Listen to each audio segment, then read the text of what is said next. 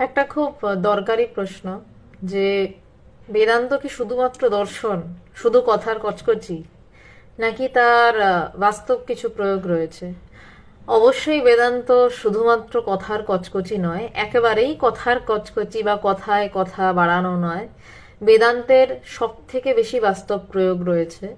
তার কারণ, বেদান্তের বইগুলোতে যা লেখা রয়েছে, হাজার হাজার বছর আগে ঋষিমুনিরা উপলব্ধি করে যা লিখেছেন, তা আজও নিজের ভেতরে বোধে বোধ হয়, অনুভূত হয়। এবং তা বোধে বোধ হলে কি হয়, শাস্ত্রে যা লেখা রয়েছে, যেমন সারদা মা বলছেন যে ব্রহ্মজ্ঞান হলে কি হয়, সিং গজায়? না, সিং গজায় না। ঠিক তেমনি গীতাতে বলা হচ্ছে যে ব্রহ্মজ্ঞান হলে কি হয় না, ভিদ্যতে হৃদয় গ্রন্থি ছিদ্যন্তে সর্ব সংশয়া, আমার সর্ব সংশয় ছিন্ন হয়েছে।